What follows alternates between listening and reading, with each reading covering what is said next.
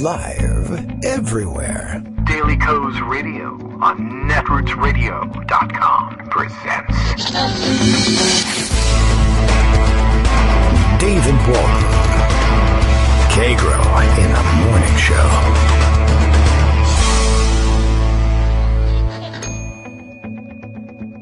Now, here's David Waldman. Hey, good morning, everybody. How you doing? It is Thursday, April 18th, 2019. How'd you like that? I redacted the first part of the show. Was that good? I was wondering how long should I keep going before people started to freak out about that. Good morning. We're not really ready. The time is now, but who could really possibly be ready for a day like today? Daily Co's Radio is live now, whether we're ready or not. Today, Kagro X, Bill tells us, all the way from Portland, Maine, will...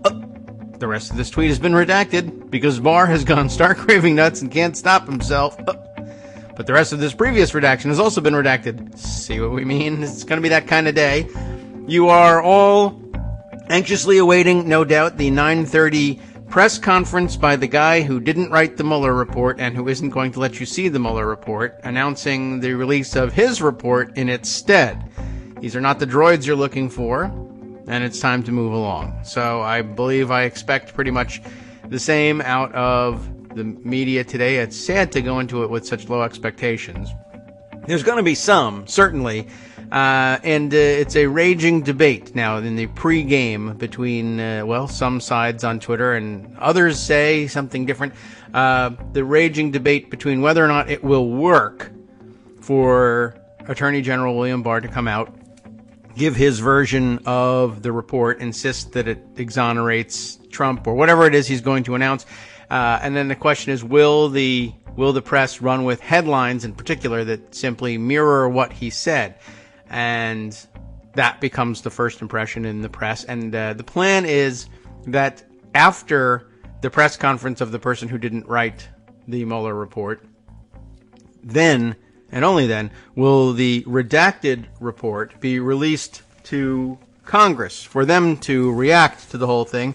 And by that time, of course, first they'll begin reading it if they're going to be responsible, and if they're not, then they'll be called out for that by probably the same press that prints that whatever Bill Barr first says. How could you possibly be reacting intelligently when we know you haven't been able to read this thing yet? And then by the time they're able to read it, everyone will be bored with the story, and the headlines will be the headlines, and then we'll complain about those headlines being the headlines. And a few members of the conscientious press will write opinion pieces later about how that shouldn't have been the headline in the first place. And then the part in the Jedi mind trick where we're all told to move along, and some of us, in fact, do. I guess that part, the move along part, will be aimed at the opinion press, who will tell us tomorrow that everybody's sick of this whole thing and there's scandal fatigue and it's time to move on with the rest of our lives. That's how these things typically work. Is this an extraordinary example? Is this different in kind or scope or magnitude? I think those things are all true. The question is whether it will make any damn difference in the world. And there's still hope because the press conference hasn't started yet, and people are already disputing the idea that there ought to be such a press conference, and rightly so. The person giving the press conference didn't write the Mueller report. The person who did write the Mueller report won't be there.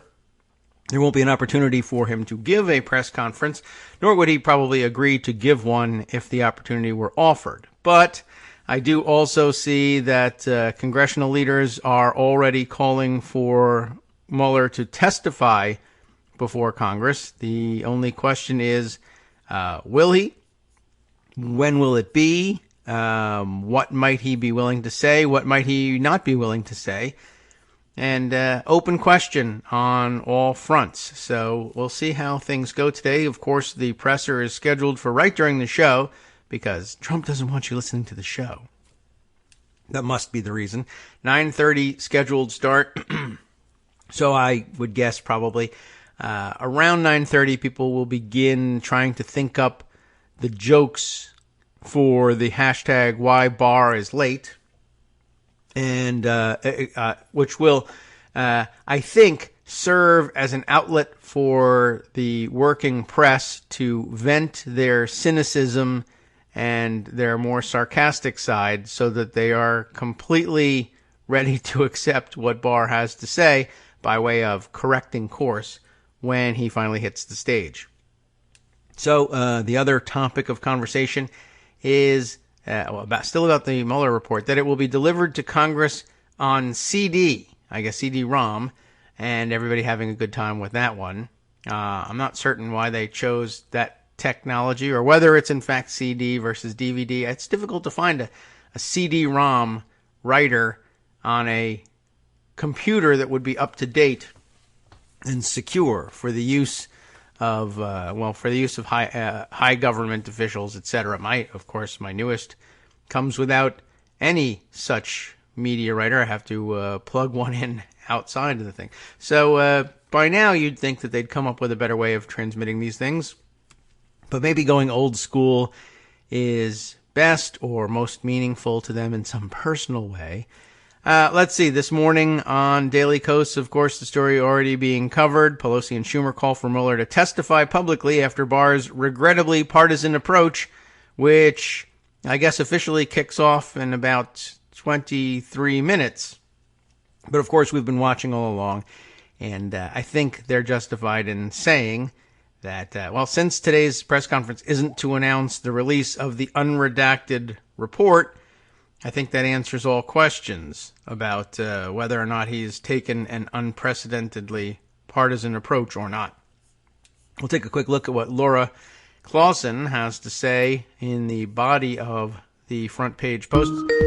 Well, as a matter of fact, we'll bring Greg in because I know he'll have many things to say about this as well. And you likely have had a chance to look at dailykos.com, the written side of our programming here today, and one which we almost never acknowledge here on the radio side. I don't know why. Greg Dworkin is with us. Greg, I'm ready for today. I bought some mead on your suggestion. Wonderful. So I have not opened it yet, but it's probably about time. If I can get a straw, I'll just put it right in the bottle. Take a drink every time Barr says redacted. Well, this mead is supposed to be heady stuff, so give it a shot. Yes, it's also, Odin used to use it. The best mead, of course, was for poetry. Oh, okay. Well, there once was a special counsel from. Well, you heard the ancient story of the origins of a lot of this mead. Odin had a special brew that he stole to bring back to the Norse gods. Where did he steal it from? I don't know, dwarves or somebody else. Oh, okay. Made this incredible, wonderful mead. If you drank it, then you became like a poet. And it was really heady. I guess so. But in order to steal it, Odin transformed himself into an eagle and drank it, and then was going to fly back to Asgard with the mead. And he got caught, and people were after him. He may have stolen it from a couple of giants, who also transformed themselves into birds to try to catch him. I think they were already kind of. Well, he got back to Asgard. Yes. Right, but the story goes that most of the mead, therefore, was vomited back up, and therefore the gods had a chance to taste this wonderful mead and make a great brew. Dumb gods. But in the process of being chased, he also kind of farted out a little bit of it. This is some story. And the stuff that came out that end is the mead that really bad poets and skalds and bards use. Wow. So there's really two versions of it, and depending upon which one you drink, you're either brilliant or maybe not so much. I gotta check the bottle.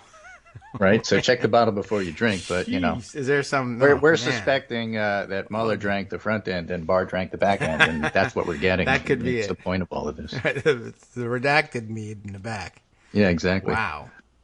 I did not know all of that, and now I'm ill. Well, there's some great stories from the old days. Well, I'll have to read the sagas and see if they're in there. Neil Gaiman did a lovely retelling of it recently, which is worth reading, and that story's in there. Okay. Well, I'm going to pick that. I guess I should have got that before I selected the mead. Well, too late. Did you already drink it? Oh, sorry. But should have told you that story before you picked out your bottle. Yeah, right. All right. Well, but we're getting the back end of Barr's summary today. So he's going to start out. I've been having some friendly arguments with some of my conservative friends about what are you so mad about Barr about? He just did what his job was. I mean, there's been, trying to pretend the Attorney General is neutral is like trying to pretend the Supreme Court isn't partisan. Of course, these guys are lawyers. Yeah. And so the idea is that all Barr did is his job. He did his summary, and then we're actually going to see the report. So why don't you just wait until you see the report in a couple hours before you start getting mad at Barr? And I thought, well, that's not really how it worked. He put out a summary, which he didn't have. Firstly, he has a 30-year track record of misleading Congress. Right. Secondly, there was a long gap in it, but yeah. But if that's the guy who you hire for a work product, there's no reason to automatically, without suspending disbelief, you should just assume that the work product is genuine.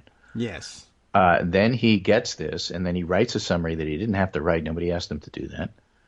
He could have just waited and done the redactions and sent the report, and then today would be Mueller Day. But instead, he decided to do an exonerating summary. And the last time he did a summary for Congress, that wasn't accurate either. So more reason to distrust him. Mm-hmm. And then he's giving us color-coded redactions and added along the 1 month process. Oh, I'm also going to do people who I don't want to really besmear and just besmirch.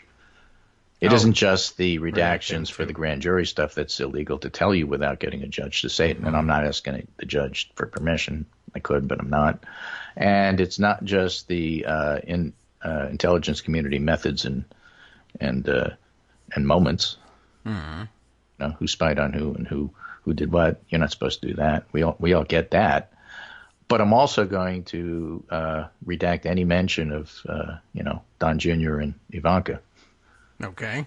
Why? Why? Exactly. Well, because, it's just the tradition in this country that if you don't indict people, you're not going to let them, let their names out there. That's the whole point of keeping grand jury secret. So I'll take that principle and apply it to politics. Oh. All right. Right. But why would you not trust him? I can think of no reason. You haven't even seen the product yet. You're not going to see that till later. Of course, I'm going to give a press conference, and I'm going to explain to you that everything I did was totally on the up and up. I checked with Rod Rosenstein all the way. Mueller isn't here because he didn't want to be part of this process, but that shouldn't make you not, appreciate it. Okay. Depending on exactly why. I mean, why would you not trust me? I'm William Barr. I do this for a living. He's got glasses and a suit. The works. I look harmless. I look like Charles Colson, actually. So that's enough. I look like Charles Colson and act like John Mitchell. What is the problem? You possibly mistook me for Elliot Richardson. That would have been a mistake. Well, all right. So a lot of blast from the past. Well, there's a reason that people are suspicious about this. In fact, NBC First Read has a piece about this this morning. That basically, Trump has done everything, of course, but William Barr has done everything possible to make Democrats miss and distrust him. Yes, and that's true.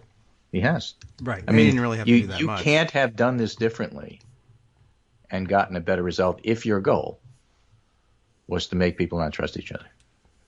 Yeah, well, they do things that way a lot. First Read. Republicans and Democrats already don't trust each other on the Mueller report. Barr is making it worse. I think that's a great summary. That's exactly what's happening here. For once, yeah. Seems clear. Mm-hmm. Okay. Worth noting, they say, that both sides will want to see the full report, though for very different reasons. If you're Devin Nunes, you want the full report because you don't trust Mueller. If you're Adam Schiff, you want it because you don't trust Barr.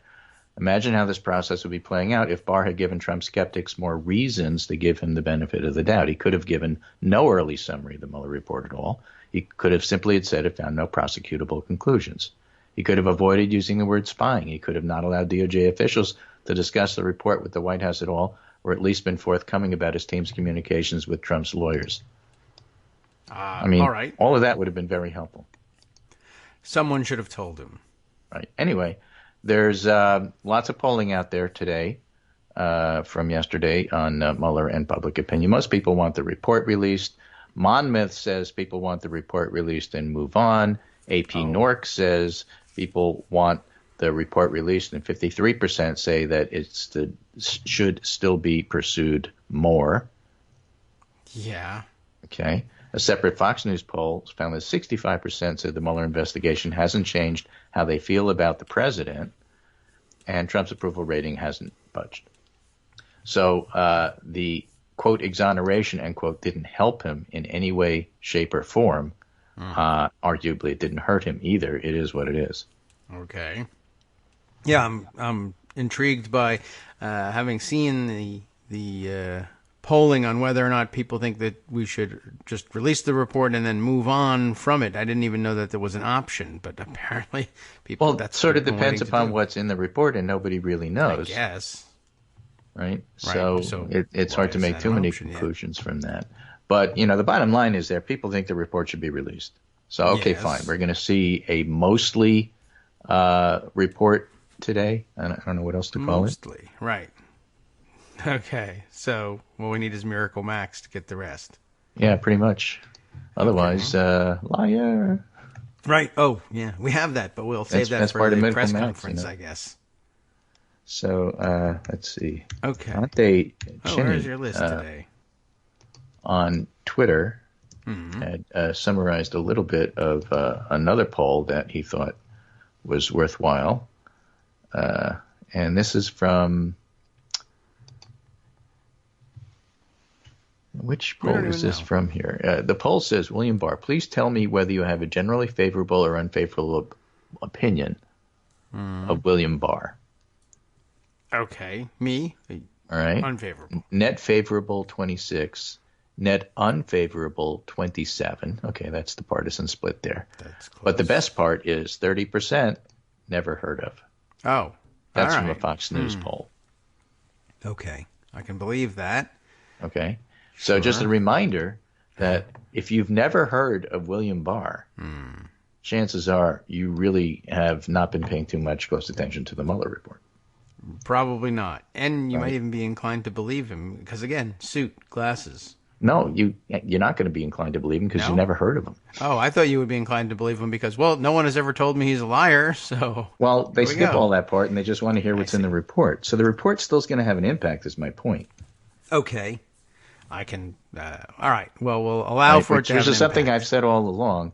There's like a third of the country, maybe a little less, 30%, who just are not paying attention at all to this, who don't get, sucked up into the squabbling about what Barr did or didn't say. They haven't even heard of Barr.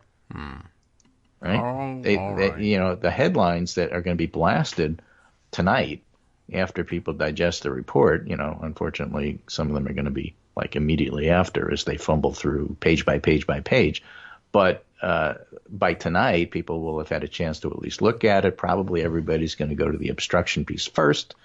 Then they'll look at the collusion piece next. And then they'll get whatever else they want to do. Maybe, if it's searchable on that CD you were talking about, they'll look Don Jr. up. But by tonight, there'll be some headlines. And those people will hear. Okay. You sure? All Yeah. right. Well, we'll It's wait going to be for hard it. not to because it's going to be every single outlet's going to be focusing on some part of it. We'll Now, they're not all see. going to hear the same thing, Oh, but they'll hear right. about it. True. I suspect Fox will cover it differently than, let's say, Rachel Maddow. Yeah, very likely true. Right? Here's good advice that will be ignored from Margaret Sullivan. Media must fight their own DNA to properly cover the redacted Mueller report. I mean, they got it wrong the first time, so, Yes. be first, be fast, be Right. accurate. Well, but if you got to pick 2 out of 3, be first, be fast. Oh. All right. Which 2? She says, it's certainly possible that the news media will do a nuanced, accurate job Thursday of helping citizens understand the redacted version of the Mueller report. Yeah. It's possible to do a better job than many did with their credulous and misleading coverage of Attorney General William Barr's letter on the report last month, in which they Whoever that failed is. to adequately challenge Trump's false claim of being completely exonerated. But don't count on it, especially on live cable news in the initial burst of coverage, but also print news organizations and broadcast networks as they struggle to get something up immediately on websites and on social media. Yes. Frank Sesno, who used to work for CNN, now works at George Washington University's media school, says the DNA of news is to find a coherent story with a single clear headline. And this is a case where the media will have to fight their own DNA. He had two strong suggestions for those running live media shows. One, put the reporter up front, put the opinionators in the back. And two, divvy up the report into areas with designated teams. The Trump Tower meeting, obstruction of justice. Okay. Don Jr. Assign people to go look for those things and then report on them. But the partisan spin is going to come fast and furious, and it'll be difficult to resist, said another longtime Washington observer and journalist. Tom Rosenstiel, executive director of the American Press Institute, says this is a Washington set piece with the rhetorical infrastructure being set up in advance by the various actors. They're going to be flooding the zone, ready to spin, and the press has to figure out how to cover that. That's the whole point of the Barr 9:30 press conference that he's giving even before anybody has a chance to see this, which I just find outrageous. Yes, I mean, it doesn't... Others don't. Others say, oh, well, let's just wait. Well, it's an hour and a half, so fine, whatever. Now, did he... I thought I saw hinted that he might not be taking questions at the press conference either. I don't know. He's going to talk about the process. Okay. I took a typewriter. Right. I put some words on papers. Okay. The process. Right. But as Margaret Sullivan says, plenty of media figures and news organizations picked up Trump's spin and ran with it, at least at first. Cooler heads and more nuanced reporting eventually prevailed, but by then the storyline had been set. As we talked about on the show the other day, Seattle News Times got it right. Seattle Times. They didn't wake up for 3 more hours. Barr, Yeah. No collusion, no exoneration. Pretty simple. Yeah. Frank says no's one headline piece. Right. And the public, of course, didn't buy that. Nobody's opinion was changed so far. That's lucky. I hope that it happens twice. That seems like a lot to ask for. Well, again, depends what's in the report. We don't know that yet. Okay. No, it doesn't. Yes, it does. Okay. I see your point. Oh, you're on to I see your point. Okay. It might. It might not, but it might. Right.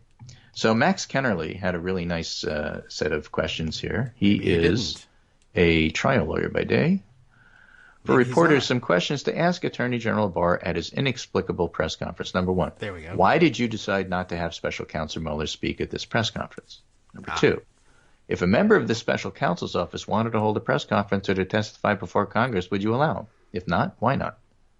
Number three, Special Counsel Starr filed a motion to unseal grand jury materials in conjunction with his report to Congress. Why didn't you file a similar motion? Number four, did you ever discuss such a motion to unseal with the Special Counsel's office or with anybody at the White House? Number five, you redacted information that might, quote, unduly infringe on the personal privacy and reputational interests of peripheral third parties, end quote. Does that include anybody who's ever held a position in the federal government, the Trump campaign, or the Trump organization? And if so, who? Me. Yeah, number we're up to. Oh. Did we work? That's right. Did you work with the Special Counsel's office to determine what information should be redacted from Congress or from the public? If so, how many instances were there in which the Special Counsel's office disagreed with your decision to redact information? You've redacted information related to ongoing investigations. When those investigations are concluded, will you provide Congress or the public with an updated copy of the report which removes those redactions? No. Does the Special Counsel's report include any recommendations to Congress, and if so, did you redact them? He's into redacting here. After being confirmed as Attorney General, did you at any point discuss with the Special Counsel's office the jurisdiction of his investigation, and if so, what did you say? In your first briefing by the Special Counsel, after you were confirmed as Attorney General, did the Special Counsel give you an estimate as to when the report would be concluded, and if so, what was that estimate? Yes. Did you ever give the Special Counsel any timeline for when the investigation should be concluded? In other words, did you end it early? Right. Good question. Why did the Special Counsel conclude his investigation while subpoenas seeking evidence were still being litigated in the courts? These are good questions. In June 2018, you sent the Department of Justice a 19-page memorandum on the Special Counsel's obstruction of justice investigation. Are any of your opinions today different from the opinions you expressed in that memo? Okay. Where are these questions? You have them, yes? I have them. Okay. You want them? Yes, please. I'll give them to you. Thank you. I was just I don't. I was a little late today. I didn't send everything today. I see. The discussion. There it is. Okay. I'd like to follow along. It's a nice long see what number piece. you're on. Okay. You can continue, of course, if you like. Well, I'll work on Well, his main point is, in the end, Barr was obviously chosen to scuttle the investigation and conceal the report, but you can't ask somebody like Barr that type of question. his answer will be no. So questions need to be Yeah. factually discrete with the type of specifics that make it difficult to lie in a way that won't be obvious if somebody else contradicts them later. And by the way, this is a lesson for House members, for example, or even Senate members Better for them, yeah. who want to question Barr when he comes to testify before Congress. Yes. These are the better sorts of for questions that members if of the Congress. reporters don't ask him, you can ask him. It'll make you look smart, and everybody will say, what wonderful staff work you have, and look how hard you prepared these questions. Yeah. Give them to AOC. Yeah, for example. She got great credit for asking questions like this rather than Yeah. I did well with it. really have a comment here that's not a statement, but I'm going to take up all my yes. time making it. Right. And that generally happens very frequently when people don't have material and don't want any. These are good questions and better questions. Well, more effective questions, I think, for members of Congress than for members of the press. I mean, they're great questions. It's just the press conference, even if he takes questions today, the problem with a good question like that is he just gives some different answer, and then when Put people him on shout, the record. yeah, right. You need someplace where a follow-up is guaranteed, where the questioner is guaranteed an opportunity to speak again and follow up on the question, and that's not the case in a press conference. Mm-hmm. And then, of course, the opportunity to hold him accountable for continuing to not answer. Mm-hmm. So, all right, that's a better setting for this. It'd be fun to try it as a reporter. Just prepare for frustration, I guess. Right. All right. See you after the break. Okay. Well, we got 30 seconds to kill before we go on the break. So I'll talk about how Greg is going to see you after the break. Greg will agree. We'll talk a little bit more about mead. And then after that, we'll discuss what we're going to discuss when we come back. While we're discussing it, just pointing out Barr is actually going to be giving the press conference while we discuss it. So maybe you could follow along on Twitter. Maybe what is said. We'll see whether he starts on time. In 2 minutes, we'll know whether he's going to be late. Hi, everybody. It's me, David. Let's change things up from the old fundraising pitch for just a minute and talk instead about how you can be a part of our show. If you've got a smartphone or any other electronic recording device, why not sit down and record a segment for us? Read us an important article and give us your take. Read one of your own original essays, or even just give us your commentary on something you'd like to share that's important to you. Then send the file to me at kagrox@gmail.com, and I'll try and work it into the show. Short segments, a few minutes in length, are easiest to fit in. And of course, I can't always guarantee that I'll be able to play everything, but if you've ever shouted at your radio or TV about something you wish was being covered, here's your chance to change that. Make the show your own. Send your submissions to me at kagrox@gmail.com.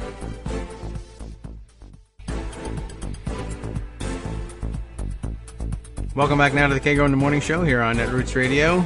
In the background, it appears that Armando is volunteering to monitor Barr for us in the background. So far, an empty podium. It's only 9:30 and 15 seconds, so you never know. Well, you know, what's the difference between an empty podium and an empty suit? Not much. Well, appearance, you know. Yeah. One's not there yet, the other's after you arrive.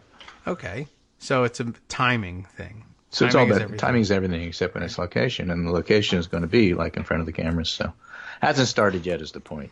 And these things rarely start exactly on time, but it'll be soon. Really. I mean, that would be interesting.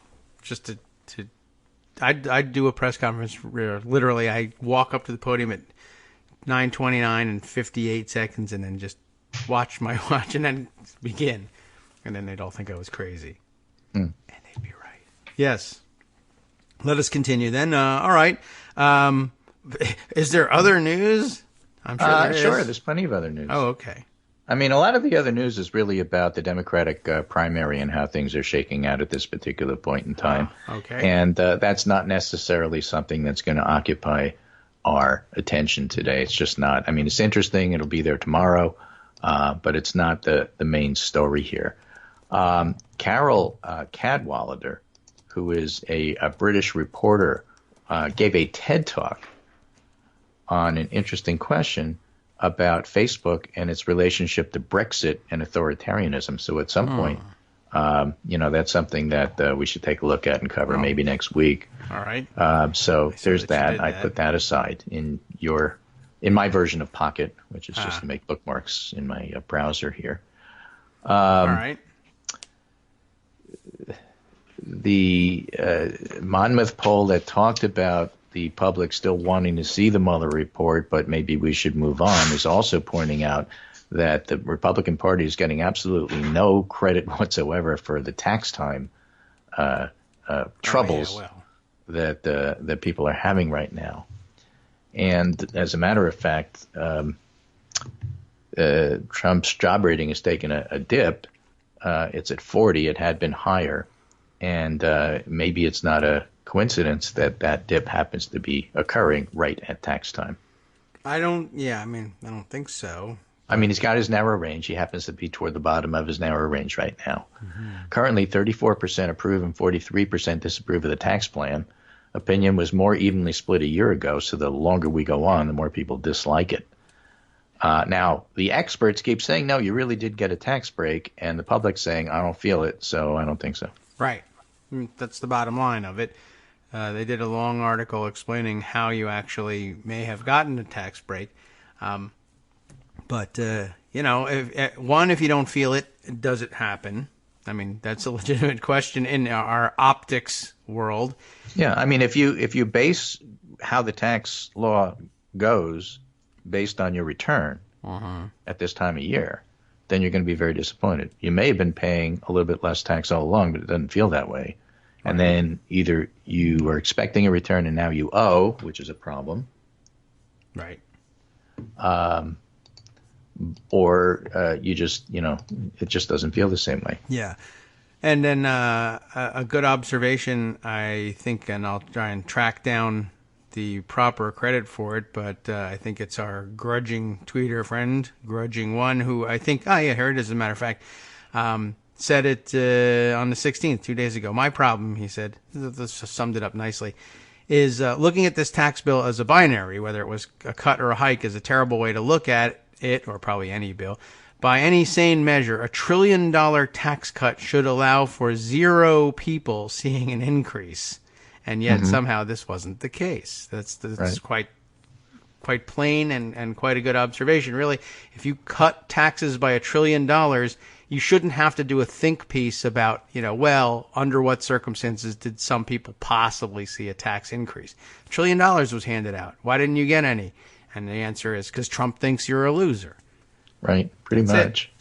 I'm going to send over that Monmouth poll just so you have it later for when the roundup is done. Okay. And then there's one more piece I'm going to touch on before Armando watches the press conference and then gets back to you as I scuttle off for work. Here's Barr, he says. And that is the story in The Cut. The Cut. All right. By Erin Carmen, called How the Kavanaugh Hearings Changed American Men and Women, which is really interesting. Yes. Okay. I saw this. I didn't read it yet. Let's talk about that. All right. While Armando scans the empty suit, empty podium he notes beat for us. Helpfully, there's a guy with a beard to be seen here. So good. The Duck Dynasty guy is going to say, well, A.G. Barr was busy. He asked me to step in and just give you a summary here, so I'm going to do that for him. So Osama bin Laden, but okay. He can't. Osama bin Laden. Couldn't it be? Talking. Really? Okay. Yeah. So by 11 o'clock, the Congress should get this actual report. Mm-hmm. Around 500 or 600 traumatic public events ago, which is to say last fall, Republicans declared Democrats would live to regret that they pushed for women accusing now Justice Brett Kavanaugh of sexual assault and misconduct. The so-called Kavanaugh effect, they said, would galvanize Republicans, including Republican mothers of sons, who would agree with Trump that it's a very scary time for young men in America when you can be guilty of something you may not be guilty of. Yikes. Then Kavanaugh got confirmed, and they still pushed that line. Lindsey Graham says liberal Democratic senators and activists' efforts to destroy Brett Kavanaugh ended up destroying red state Democrats. Hopefully this resounding rejection of the smear campaign by voters will make it less likely that this will occur again in the future. In other words, if you do stuff, we don't want you looking at it. Okay, but even as a matter of simple electoral politics, the truth is more complicated. Democrats who opposed Kavanaugh lost in ever redder Missouri, Indiana, North Dakota, and Florida. But voting no didn't cause Sherrod Brown, John Tester, and crowing about the Kavanaugh effect requires ignoring that Democrats won 40 seats in the U.S. House of Representatives and actually run the place now. But that's just one election. But a new report by Perry Undum A nonpartisan public opinion research firm based in Washington is fascinating. The firm conducted a wide-ranging survey of 1,319 registered voters in late December, and they asked, what did watching Ford and Kavanaugh's conflicted testimonies drum up for people watching? Who do they believe? What they thought by a margin of 16 points is that Ford was telling the truth. Oh. A number that had gone up by 9 points compared to a poll that Quinnipiac conducted, different pollster, right after she and Kavanaugh testified. Mm-hmm. Okay. In 1991, Anita Hill's testimony that Clarence Thomas sexually harassed her made people support him more. And one poll indicated Americans believed his account over hers by 20 points. So the exact opposite happened this time. More than half said they believe Kavanaugh lied under oath about his teenage years, about half of a negative impression of him. And what they did mostly was vote for Democrats. Ultimately, Perriandum concludes the Kavanaugh hearings may actually have helped Democrats more than Republicans. Imagine that. Noting that feeling unfavorably towards Justice Kavanaugh motivated people to vote for the Democratic candidate for U.S. House of Representatives above and beyond typical factors such as party affiliation. Okay. So Republicans were motivated to vote for Kavanaugh, but more so Democrats were motivated to vote for their party against supporting him. All right. Okay. Yeah. Now, there was a Sounds Kavanaugh like effect reasonable. a la Trump's fulminating, but it mainly existed among Republican men.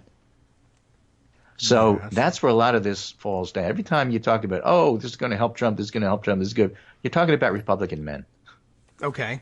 Yes, Right? as suspected. Or in some cases, white men, which is like a lot of them. Or I should say, this is what we expected, I think. So the white men covering it in the press tend to look at it in terms of, well, how do white men react to this? Well, they're handy. They're nearby, usually. Yeah, it turns out there was a Kavanaugh effect in those Republican men. 80% of Republican men say they were now more likely to believe women making accusations. 80% of Republican men say they were more likely to believe women making accusations. After Kavanaugh, that number sunk by 21 points. Oh, I see. The Kavanaugh hearing was also more likely to make Republican men think sexism is exaggerated. The silver lining, the Kavanaugh hearing may have opened a wedge between at least some Republican women and men. Republican women and men's views on gender equality was pretty similar in 2016, 2017. But after Kavanaugh, there's some divergence there among the GOP men and women, small. In 2016, 31% of Republican women said they felt men made better political leaders. And in 2018, that number dropped to 11. May not be much. You can ask Hillary Clinton about where defections from GOP women can get you. But in the face of the radicalized Republican man, it's something. Yes. Good piece. Say Interesting. so, yeah. I thought it was interesting. I saw Irene, did we mention it was Irene Carmon's piece? I did. I think so. Okay. And it didn't register with me, but I saw her tweeting about it yesterday, and she sort of summed her piece up in saying this way, new data shows that over time, even more people believed Christine Blasey Ford that hearings may have motivated Dems more than Republicans, and that they made Republican men more sexist and less likely to believe victims, which I think probably holds true by way of summaries. She would do well to summarize for William Barr in his place. But yeah, it struck me that, well, this feels like almost exactly the opposite of what the hand-wringing pundits and consultants told us was going to happen. And lo and behold, people were pretty sensible, all in all. And even the people who aren't very sensible in their reactions were at least predictable in their reactions. People who are inclined to believe Republicans and other white men believed Republican white men. And the rest of the world, the other 75%, said, yeah, this is nonsense. And what do you know? But that's contrary to a lot of the political advice that was being offered at the time. You should run away from these things as quickly as possible. You've lost. It's going to have a backlash. It should never have happened, et cetera, et cetera. No, didn't turn out to be so. So Armando's watching for us, but I Yes. noticed that Ken Delanian says, wow, Barr is actually doing this. He's pre-spinning the Mueller report in Trump's favor. Yeah, what do you know? That is amazing that would happen. I'm so shocked. Yeah, it's interesting how much time was spent insisting that he might not do that and might have credibility.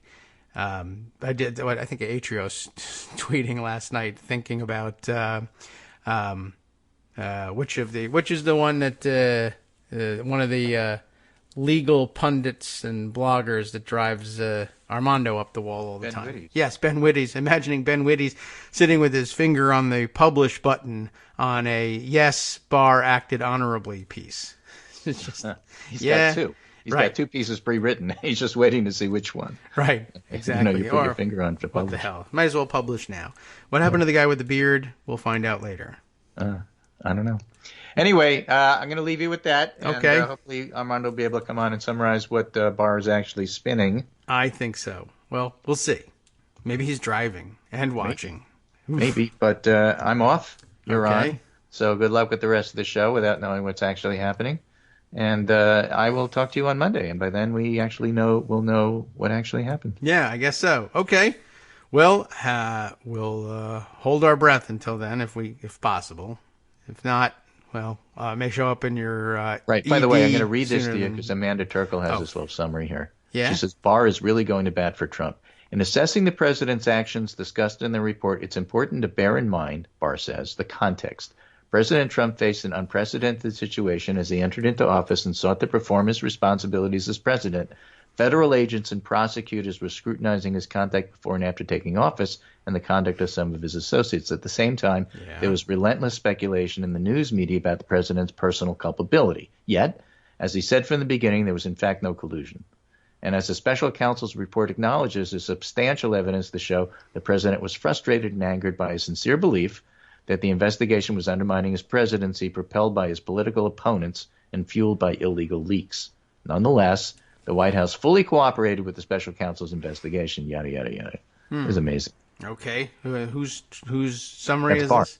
That's Barr. Oh. Well, I mean, who's sending these? I thought you... Amanda picked up- Turkle. Okay. I'll give you the tweet. All right. Well, we'll use that as a starting point anyway, and I'll share that with everybody just because, but that's just her quoting him, essentially. It's written. It must be from the written statement. Then the end. Yeah, I guess so. Barr really going to bat for Trump in press conference is her comment, and then the rest of it is... And then All right. Sahil Kapoor says, AG Barr repeatedly says Mueller found no collusion, which is what the president wanted to hear. Audience of one, says Right. Jonathan Capehart. We can discuss that situation too. That's a Breaking big... Barr confirms Trump's personal lawyers got a copy of the redacted report earlier this week. No executive privilege claims. Okay, that's important. That's important. Yeah. That there was no, of course, as Josh Marshall points out, you can't claim executive privilege here. But they did. Can't you? Yeah. We'll see whether they can or they can't. It won't make any difference that there's, no precedent for it. Who cares? Right. As Dana Houle points out, he's talking about government, no Russian government, but Russia uses cutouts. It wouldn't be the government. That's why you have to there's see even the such report. thing. Yeah, I guess so. And I'm not even certain that it makes any sense to distinguish between government and anything else in Russia. It's just not the same kind of a state as we have. Right, exactly. Or had. Okay. Yep. Well, all right. check in I'll with leave you with everybody. that because Thank that's you. what's going on. All right. But Philip Bump points out this Barr presser seems mostly like an opportunity to offer up quotes that can be used in news stories. Why not let the report speak for itself? Now Barr is explicitly offering context for why Trump might have acted in ways that seemed like obstruction. Yes. Sure. It's not what it looks like is what the purpose of the press conference is. David Rothschild, AG Barr thinks we're all idiots. Ken Delanian, AG Barr, since the president can't be indicted under DOJ guidelines, why did you feel compelled to clear him on obstruction instead of leaving the question for Congress? Why didn't Mueller share your view? That's a question to ask. Yes. We'll see. Yeah. All right. Well, I can address most of that, and we'll see whether Armando Right, you have a wants to flavor of continue it, to so watch Armando it. can give you a few more details. Yes. But there's my shock face that William Barr is like being totally nonpartisan and doing his best possible imitation of Elliot Richardson. Okay. Very good. Well, I can't watch Elliot Richardson, along by the with way, it. was the Attorney General under Nixon who refused to fire Archibald Cox. In But don't case worry, you're Robert Bork wondering. would do it after he stepped down. Yeah. Just to remind people. Yep. All righty, take care, and Okay. I'll talk to you on Monday. Very good. Thanks, Greg. You can go watch. Tell me what happens. I got to go to work. Oh, all right. Well, tell me what happens there. Last day. You know? Is this it? You're not going in tomorrow? Is it? All No, right. I'm not going I in wouldn't tomorrow. either. I tell you the truth. Okay. But maybe Right, it was okay. already But you have to scheduled. do the show. You don't have that show. All right. Too bad. You caught Sorry. me. Very good.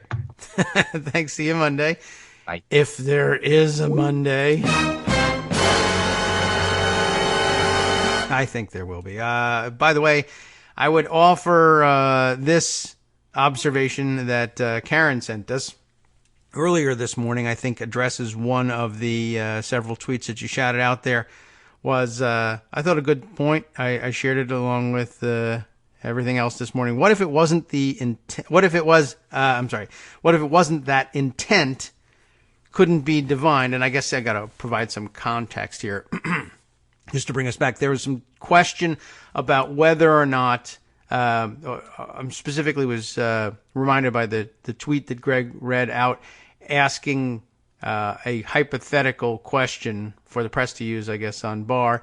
Why do we think that Mueller declined to offer a conclusion about either obstruction of justice or collusion or any of the other things?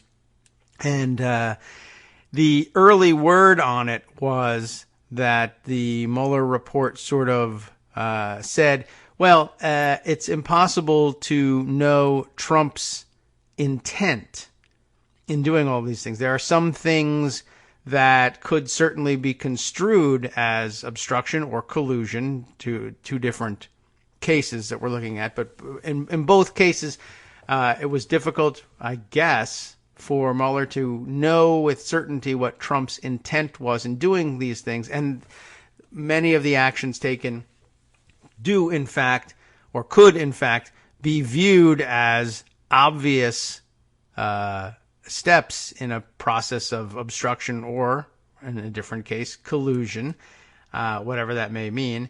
But that in some cases, those actions might conceivably also have an innocent explanation. Innocent, I think, in the sense that only a moron would do this innocently or otherwise, but the president, being a moron, might have innocently not understood how stupid and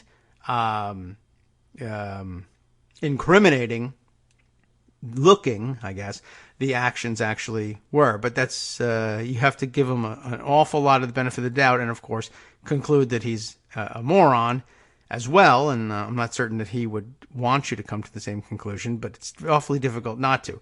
But two observations, I guess, that bear on this. First, there was Karen's, but I'm going to make hers second, and instead substitute Empty Wheel's observation that, again, everything in this rebuttal, everything that Barr is saying about how it could have been innocent or about how this or that action means only this and not that, all of this offered by way of defense was available for Trump to offer up front to Mueller in answering his questions under oath, but he refused to do it. As Empty Wheel puts it more succinctly, every single word of Trump's rebuttal tomorrow, and of course what you're seeing right now from Barr, is something that Trump refused to say under oath. Every opportunity was there to put all of this out earlier and under oath, and he said, I think I'm not going to.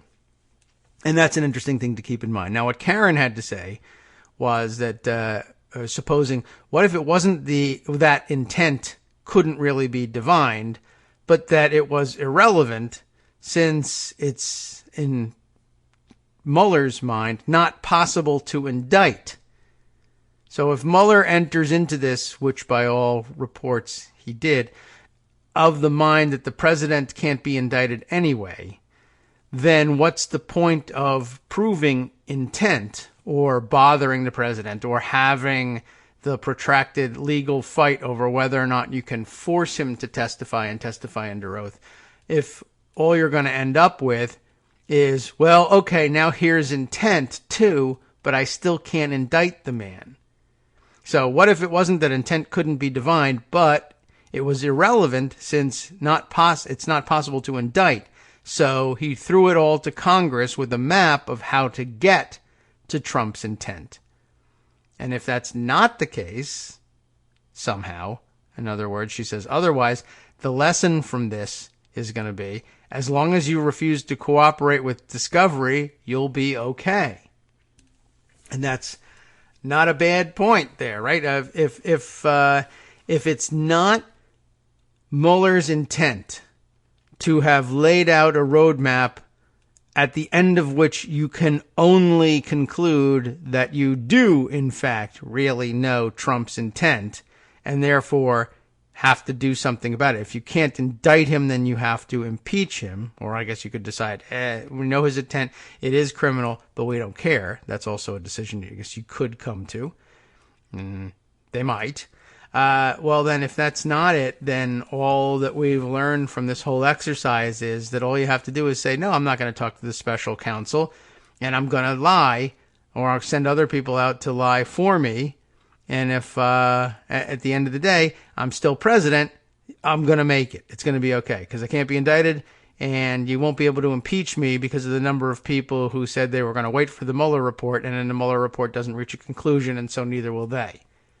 It's entirely possible, and, well, discouraging, to say the very least. All right, now I feel like I ought to just be watching Twitter and reading to you what's happening, except you're probably already doing that. Lots of people shouting out answers here, and I don't know, maybe Armando, I don't know, if you're wrapped up in watching it and things are still happening hot and heavy, then I guess you'll want to keep watching. I see a note from the record rolling by Empty Wheel having said, Barr's not answering the real question. I don't know what it was, though Empty Wheel will tell us. The question is whether Mueller didn't come to a conclusion because it's not constitutionally proper. I don't know whether people are actually posing questions to Barr or whether she's just saying, in general, the only question people should be interested in from this press conference is whether or not the conclusion of, or rather, Mueller not coming to a conclusion was because it was constitutionally improper to do so, rather than because it was factually he was unable to do so. That is an interesting question. And again, if it is a question being posed, I don't know if he's taking questions today, just another indicator that this is not the forum in which the questions posed by Max Kennerly will make a big difference. You would just filibuster those questions and then walk away from them. It's awfully difficult, terrible idea for him to hold this press conference at 9:30 and terribly inconvenient for me. But I will tell you what, most of the audience by this point has probably said, I'm going to turn on the TV and listen to the podcast later, I would guess. That's probably what I would do. And so perhaps we can add some nuance that you can review a little bit later on and see if it helps you unravel these things. First of all, there was, of course, this morning's report that I began the show with, Laura Clausen reporting that Pelosi and Schumer were calling for Mueller to testify. Let's read a little bit about that. Mueller, of course, must testify before Congress to, quote, begin restoring public trust. House Speaker Nancy Pelosi and Senate Minority Leader Chuck Schumer said in a statement hours before Barr launched the next phase of his cover-up with this press conference. Due to Barr's regrettably partisan handling of the Mueller report, including his slanted March 24th summary letter, his irresponsible testimony before Congress last week, and his indefensible plan to spin the report in a press conference later this morning, hours before he allows the public or Congress to see it, and he isn't even really allowing that, Pelosi and Schumer said there's a crisis of confidence in his independence and impartiality. As a result, the only way to begin restoring public trust in the handling of the special counsel's investigation is for special counsel Mueller himself to provide public testimony in the House and Senate as soon as possible. The American people deserve to hear the truth. The Democratic leaders conclude. Unfortunately, everything we've seen from Republicans indicates they're determined to prevent just that. So we'll see how well this goes. We'll see whether Barr thinks that there's a role for him in trying to intercede and prevent Mueller from being allowed to testify. There's still that roadblock that can be thrown up in the way, and whether it's with or without basis in law shouldn't, or rather, I guess to him, wouldn't matter. Just throw the barrier up and see what happens. Let's see. Maybe we can find out something. This is an intriguing headline over in Politico magazine. Asharangapa's piece, The Forgotten Reason Congress Needs to See the Mueller Report. I would love to know what that is and whether or not we actually forgot it. Legislators, it says, have a responsibility to police obstruction of justice according to the Constitution. So let's find out about that. The piece begins this way. News that Attorney General William Barr might have mischaracterized Special Counsel Robert Mueller's final report on obstruction of justice by the president has increased calls for Barr to release the report to Congress. What do you know? If Barr refuses to do so and House Judiciary Committee Chairman Jerry Nadler issues a subpoena, we may be in for a separation of powers showdown, and a central question will be the legal basis upon which Congress is entitled to see the fruits of Mueller's investigation. The argument for Congress obtaining Mueller's full report on obstruction is typically based on its constitutional power to impeach. Since Congress alone has the power to take action against the president if he has broken the law or abused his power, which is true if the Justice Department adheres to its policy of not indicting a sitting president, even if it's not settled law, Congress would, by necessity, need to see the evidence Mueller has gathered to determine if impeachment is warranted. If lawmakers weren't able to see the report, then the president would effectively be immunized from accountability for wrongdoing while he's in office, putting him above the law. What do you know? This doesn't feel forgotten at all, but a good reminder. This is a powerful argument in the battle that could ensue in the coming weeks, but it overlooks an additional, there's another one, constitutional basis that Congress has for reviewing the president's conduct.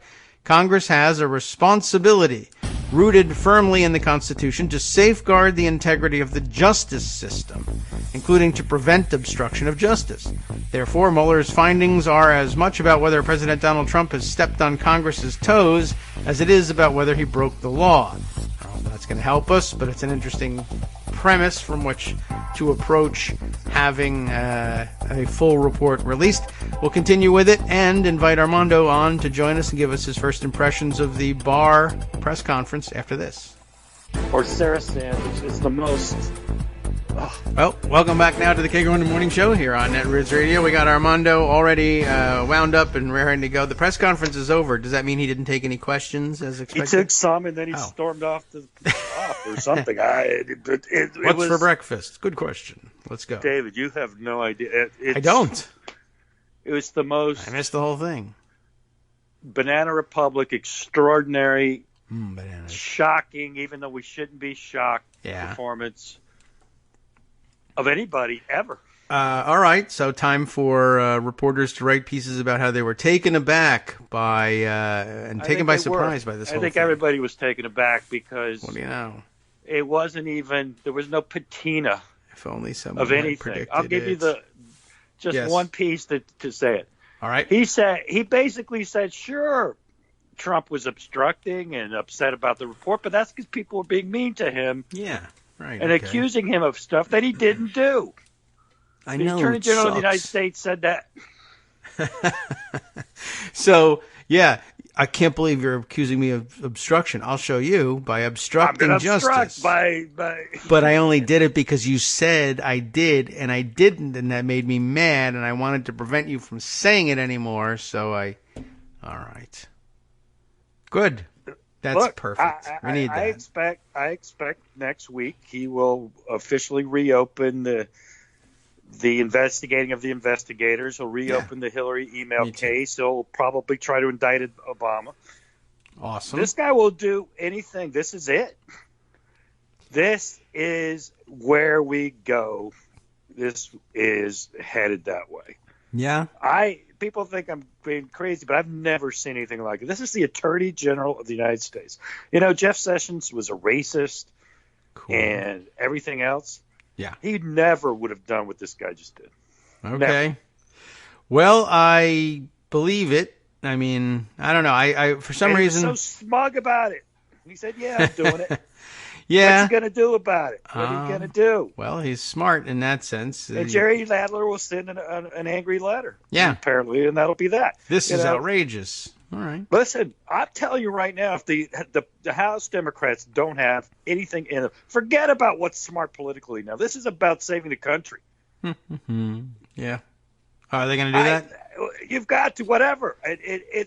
Listen, I don't even care about Trump impeached. They should impeach Barr like tomorrow. Okay. This was disgraceful.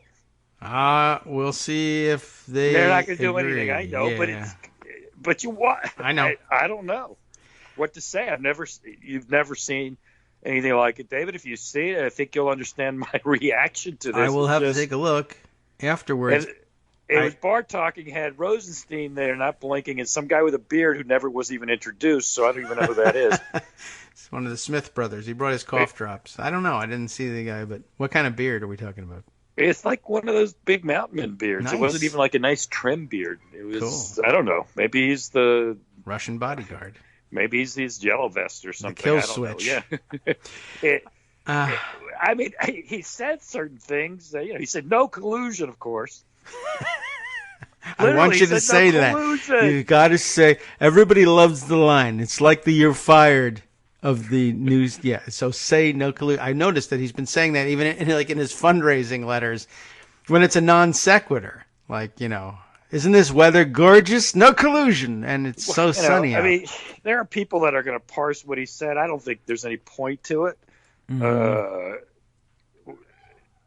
The guy is just shameless and corrupt and a disgrace, and he's going to be the Attorney General for at least 2 more years. Or the invitation is open to him. It doesn't necessarily mean it's true. He could just retire now. He did his job. He's already. Yeah. What else is he going to do? But these people just take off. Trump's going to want the investigators investigated, so he's going to do that. So Corey Lewandowski can be AG. Rudy. Yeah, right. Or Jay Sekulow, or you name it. What happened to the guy who runs Ty Judicial Cobb. Watch, whatever that crazy guy's on steroids, his name is. This is there is no Justice Department anymore. Oh well, it doesn't exist. All those. The U.S. Attorney and blah blah blah. It doesn't exist. It is. We're a banana republic officially starting this morning. Damn it. Well, this is the day he truly became dictator. This is the day he truly became dictator. Well, mark it on the calendar. It's not. See, what people aren't getting is he did this for Trump, which means he's going to do everything else Trump wants him to do. Prosecute Hillary, good, he'll do it. Prosecute Obama, he'll do it. Prosecute all of us, he'll do it. Sick the IRS on us, he'll do it. Sure, I don't see why not. I was surprised to see reporters today sort of, I don't know, I guess they were like hinting at this being impossible somehow. It was possible. Yeah, I was grabbed by, I don't know, I don't follow, but happened to see Adam Klasfeld, who I don't think we've run into before, a reporter for Courthouse News, who tweeted, "If I were a DC-based reporter attending today's presser," and I mean, he could have gotten on a train and come to watch it. He said, "I would note that Trump explicitly accused the special counsel's office and the Democrats of committing crimes." And then ask, I guess, "Have you opened any criminal investigations targeting the special counsel's office or Democratic representatives tied to the Russia probe?" And he was very pleased with himself. And he says, "It's now a fair question." And I was interested that he was so pleased with himself. And just asking, so what's your follow-up if the answer is yes? Exactly. I mean, what if you guys didn't even know? Of Greg's loved questions. Greg's questions, I'm sorry, they actually were terrible questions because they're so easily deflected. And then what? Oh, yeah. Well, I mean, they're bad questions, I'm sure, for the press conference because he would just say no, or I'm not answering, or filibuster, or whatever. Now, they're better questions in the hands of really good questioners at a congressional hearing where you can at least take the time back and take the microphone back and say, either, you're not answering the question and I know why you're not answering the question, and the real answer to the question is this, and you're avoiding it because that implicates you in an ongoing crime. I understand that, but you should either just take the fifth now or give me the answer. I love Neil Katyal, who, loves these guys. No, but Bill Barr has a great reputation. Right? He said that. Yes, did he say that about him? Brad Kavanaugh and Neil Gorsuch. And I said, you know what? I don't even know why you're on TV. Because you're shocked now that there are a bunch of crooks? Is that what he's doing? Yeah, I mean, what he's saying is fine. My point is, we knew this, and you were pretending they were honorable men. Mm-hmm. So that also annoys me. But here's where I'm like to shift, if that's okay. What is the House of Representatives going to do about this? I don't know. Nothing. What is the House? Stop playing nice. Stop setting it up. Stop letting the predicate. Enough. Do what Jim Jordan would do. Subpoena everybody. Hold them in contempt. Go to court. Start impeachment proceedings. Go. Isn't that amazing? If you don't want to, get out of the way. Put somebody in there that will. Jim Jordan is now in the tireless pursuit of justice game. Amazing.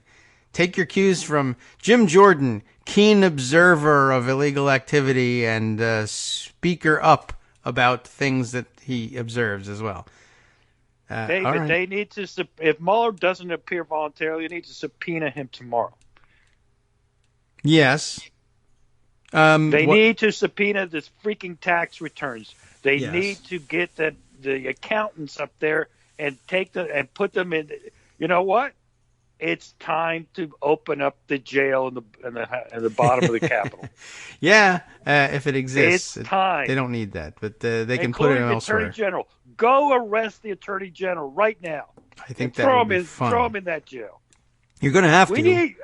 Listen. A constitutional crisis is better than constitutional abdication. Now there is where you'll find disagreement among the ranks of congressional Democrats. This will sort itself out. People will recognize what a coup this has been. It's sorted right now. If we don't do anything about it, it's abdication. There is no separation of powers. Yeah. I certainly feel that Congress. Or very little point to it, even if there is one. I guess here's a question for you. So, okay, Robert Mueller, suppose he wants to even appear voluntarily, but they subpoena him, whichever mechanism they use. Where Barr is at the moment, I don't see why he wouldn't say, with or without basis, oh, wait a minute, no. Robert Mueller, employee of the Justice Department? No, he doesn't testify. No. Right. Oh, that's what I would expect. Oh, no, I absolutely expect that. Yeah. And then we have would you write that down in a letter for me? And then I will angrily question you about it. And then, what's the point? You say, okay, you say no. All right, I'll do one thing. So I'll go to court. Oh, you go on the judges? I tell you what, I got my police officers here and I'm going to go arrest all of you. We need a crisis better than an abdication. If that's the choice we have, what can we do? Yeah, right. Well, that is the choices: abdication or confrontation. So that's what's left. There's no working it out. There's no laying groundwork. There's no nothing. Mm-hmm. Renato Mariotti tweeted, I guess yesterday, that you guys should lay off Nadler. He knows what he's doing. He's laying it up. He knows this is going to court. And I said, you guys be quiet. I said, listen, here's the thing, Renato. You don't know what you're talking about, number one.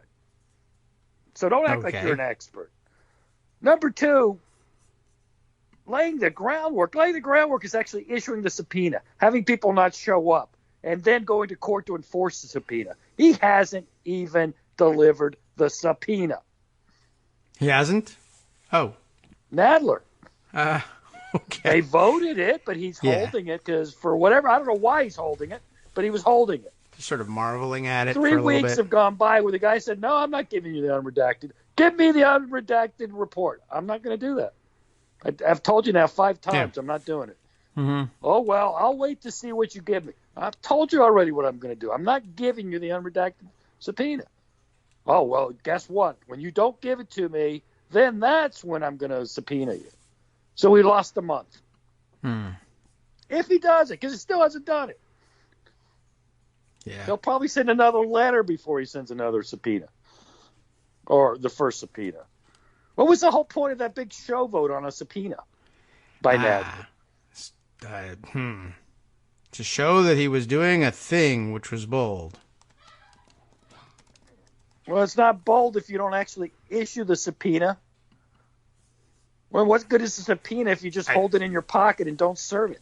I don't know. It's like, I guess, the ring of power. You just look at it and call it my precious. And I don't know, David. I know I'm ranting and a little I think that's all it could be. It was just a shocking performance, and I worry that I'm banking on Jerry Nadler, who so far to me has not shown the gumption, to put a nice word for it, for the moment. Yeah. And we know Richard Neal doesn't have any gumption. And frankly, at this point, does Nancy Pelosi?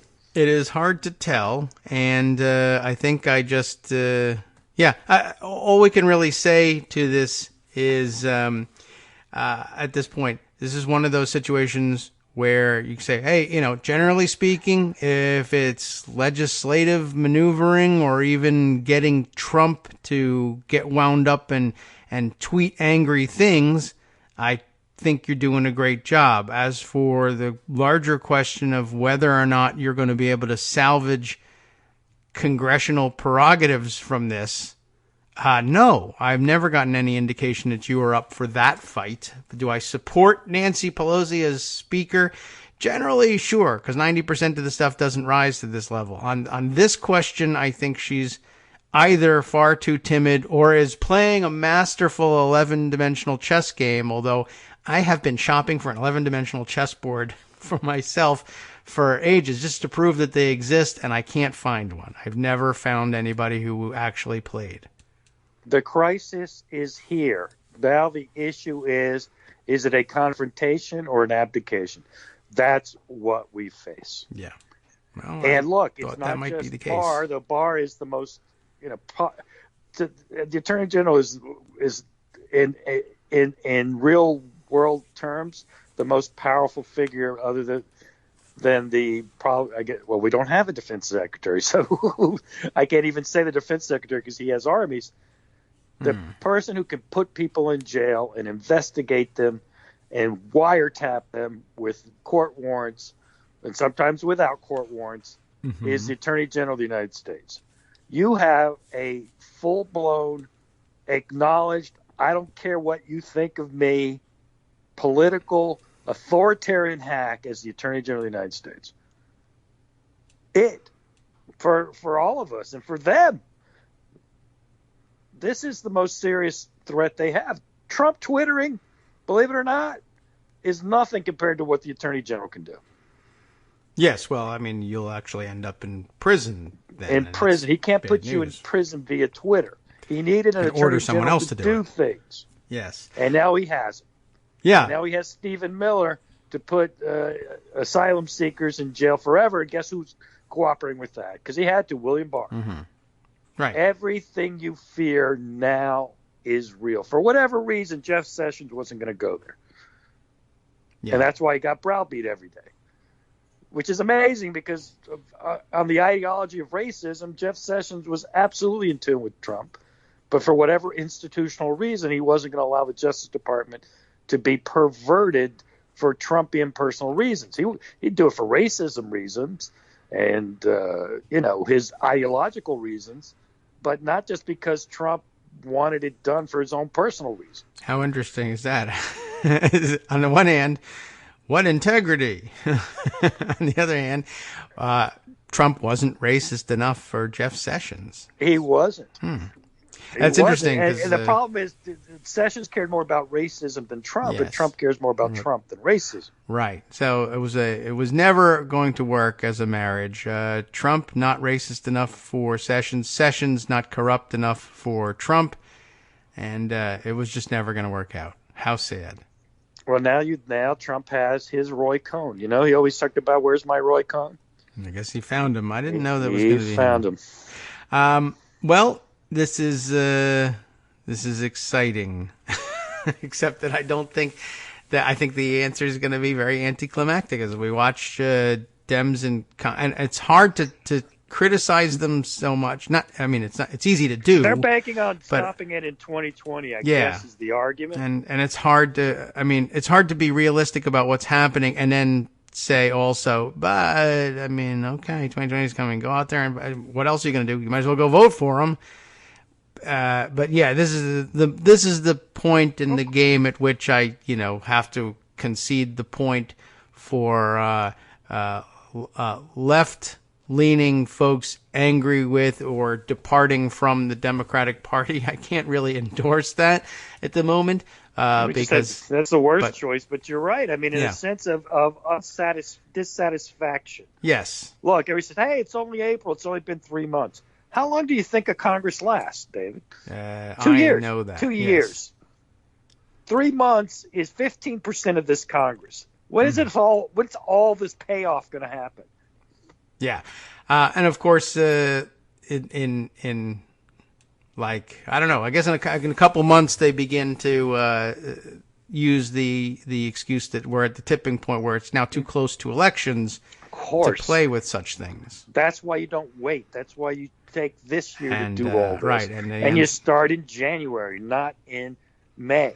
Yes, and it's unfortunate, and we'll be told very shortly that the real danger here is let's say for instance the Abigail Spanbergers they'll lose their seats if you make too much of a fuss about this obvious. They'll lose their seats if you don't make enough of a fuss. Your seat isn't worth anything if you don't make a fuss. I mean, that's a good point, too. But I'm talking just on the politics. They're wrong. Yeah. It's the reverse. You're going to depress the people who support you, and they'll get fed up, and they'll stop working for it. And even if they go vote, they're not going to tell their neighbor to vote.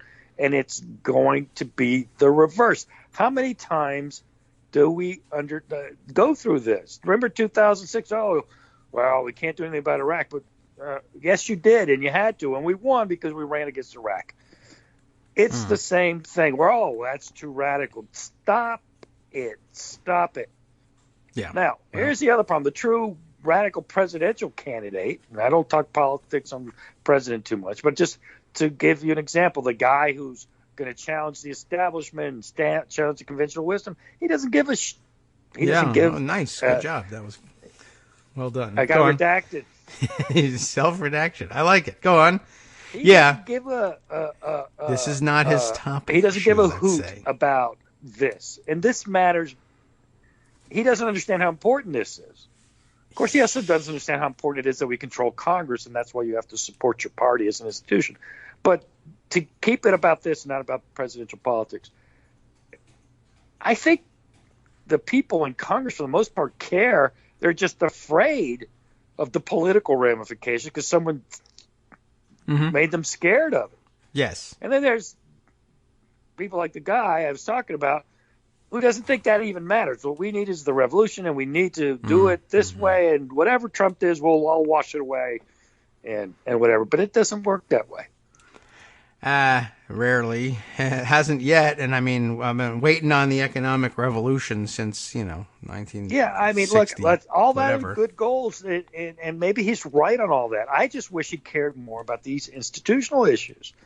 There's no reason. It's good politics for him too, by the way, but that's a different story. At any rate, I'm not going to keep talking about that because I don't want to turn your show into that, and I promised and I will respect that. Okay. Until the time comes that you decide maybe we should talk about that. But I know that's 9 months away. Right now, I'd like to know what the Democrats in the House of Representatives, the ones in the Senate, can't do anything. So whatever they do, they do. I mean, I don't know what they can do, but the ones in the House have the power of the subpoena. The power of the purse. How about this, David? We don't fund the Justice Department. Well, I mean, it's an option to start with. We in this, you have to give us the unredacted report right now, or we will not put any money in your budget. It's a thing that the House can do. Now, of course, the Senate will likely disagree with them. Well, although that would be a close vote, I bet. They can't make me do it. Right, no, but they can. Do anything. What I think where that ends up at that point, you'd have to play this pretty tight. I know, but I'm just throwing out ideas. Yeah. The House has powers. Yes. How do you use them? Of course, the subpoena power is the main one that we're talking about, so I don't really need to do what I just talked about if I will actually issue the subpoena and then go to court to enforce the subpoena, or even better, use my inherent power to enforce it. Yeah. Right. I know. That's you realize they don't believe in that, and there's nothing to be done. But it's at not some that nothing point, to be something done. needs to be done. Yes. I mean, they can be talked into things. I guess I'm the last person who should say, no, you can never convince them of this because I watched the same dynamic on a smaller scale, on a filibuster, where the senators were just telling me, no, that's a total misunderstanding of how things work in the Senate. No, wrong. That is the absolutely correct answer, and it can happen, and it has happened, and some of you were even here when it happened last time and voted for it, and you forgot, believe it or not. But, so I guess if you can convince them of that, and I mean, now it's just like run-of-the-mill stuff. Everybody, walking down, your average man on the street interview will tell you, oh, yeah, we should just nuclear option that.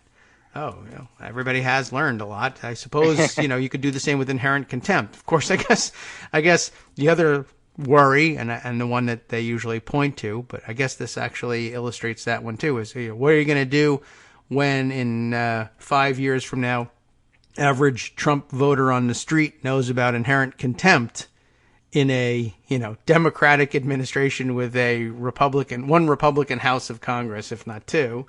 Because, of course, everybody will say, the thing to do after impeaching Donald Trump is to bring the country together by splitting government again. Because that's a genius move. The idea that Republicans will have to use inherent contempt is kind of laughable because they actually fight for their subpoenas and they get their documents. They got a FISA warrant, which is, by its very nature, is classified, fully released by Rod Rosenstein of all people. Yeah, it is interesting. I wonder if the Republicans fight for their subpoenas and win because secretly the Democrats who insist when they're in power in Congress that there is no such thing as inherent contempt realize when they get to the White House that there's such a thing as inherent contempt and they'd better comply lest they find themselves in prison. Oh, you said there was no inherent contempt power when you had it. Yeah, I know. I was nervous. And now I'm nervous again because I might get caught. You got good reason to be nervous. Yeah. I'll tell you what. I do think that's what we have to talk about now. I mean, I guess I expected Barr would, and that makes me a fool. I thought he'd be a little smoother and a little more nuanced in his PR. It was straight up. It was every opportunity to be. I mean, it was not a bad prediction because he didn't have to do this. Well, I think Trump wanted this, and I think they planned it. I don't think that Bill Barr decided on his own this was the way to go. I think he I personally think he talked about it with Trump directly. Yeah, I would at guess. This point. Otherwise, he wouldn't have said no collusion. No collusion. Likely. 2 or 3 times he said no collusion. Well, okay, so he was, he was very likely ordered to do so. There'll be people going in the weeds, and like Greg Sargent's asking me a question in DMs, and I'm like, he's getting into the weeds of, well, is it true that did you hear that Barr said that there were 10 theories of obstruction that Mueller was looking at, and that you disagreed with them all? Why did you disagree? I was like, you know what? You're going to get into that with this? That isn't the story. I don't care. I literally don't care what his conclusions are. I just wanted the report. What I thought was amazing was the shamelessness of it. And what worries me, the shamelessness of his acting like if he was Rudy Giuliani, not the Attorney General of the United States. Putting your thumb on the scale, which is what a lot of people were saying, and I said, with thumb on the scale, he jumped with his fat butt on the scale is what he did. Okay.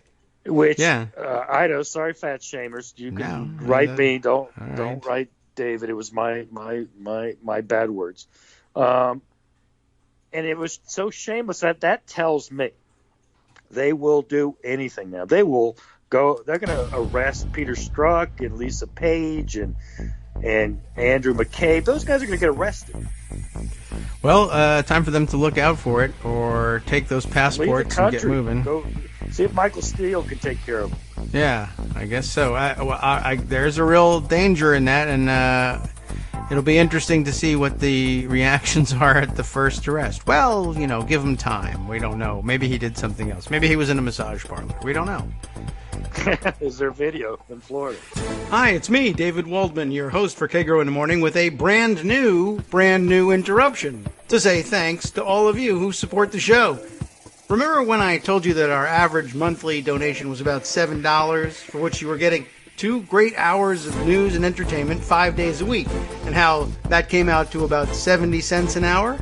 That's a pretty good deal, except it's wrong. The math actually works out closer to 17 cents an hour. It is hard to beat a deal like that, and even harder to send your kids to college on. Thankfully, Patreon.com makes it easy to make that work. Patreon, Patreon.com, is the simple, secure way to make recurring monthly contributions to support our show.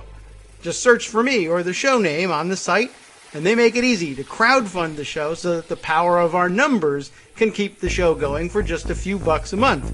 Once again, thanks so much for all your support.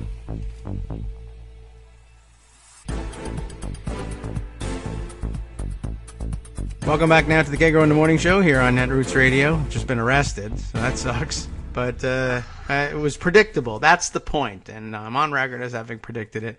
So I'm right. I win. Big points for me. I get all the blog points, and the rest of you go to jail. Having a bit of a conversation in the break, and I don't know.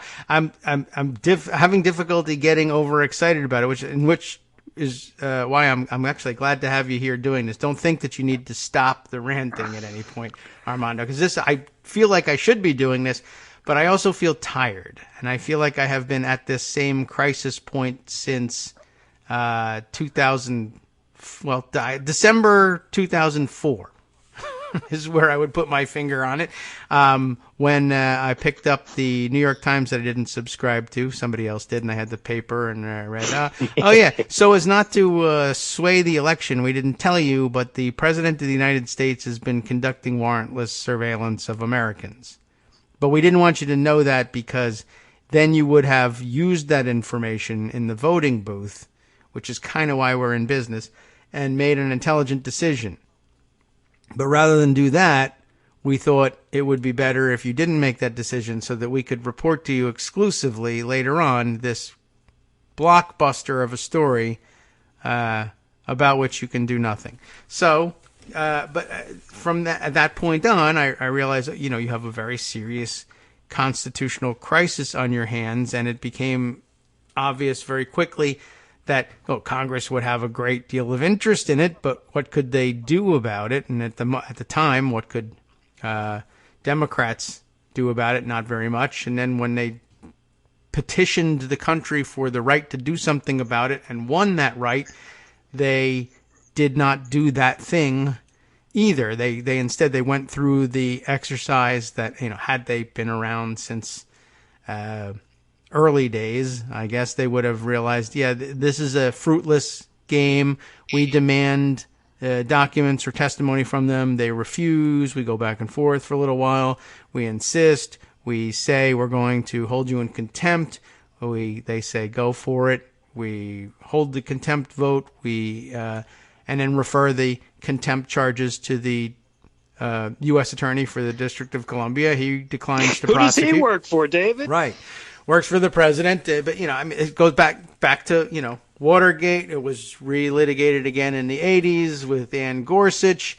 It came up again and again and again. Anyway, so throughout the George W. Bush administration, they did the same thing. Democrats using their subpoena power, and that was the watch phrase in the 2006 elections. Well, put us in charge. We'll have subpoena power, and the culmination of subpoena power was, there go the subpoenas. It took us 2 years to send them. John Conyers couldn't even bring himself to send those subpoenas for a year and a half. They went to court. They found out they didn't really have very much power to do anything that way, since the Department of Justice could quash all that stuff. And then by the time they realized that it was always, the power was in their hands all along, it was time for the 2008 elections, and you had to be quiet about such things so that Barack Obama could win and then implore you not to look backward also.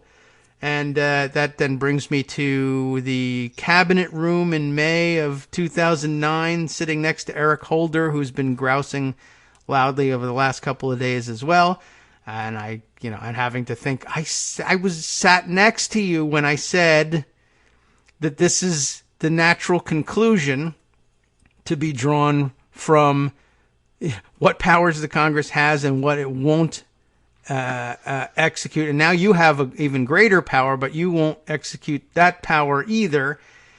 The no drama leads us leaves us with a problem. We're going to have this problem again. You're going to refuse to look backward. Your administration is going to press the pause button on indefinite detention, warrantless surveillance, torture, etc.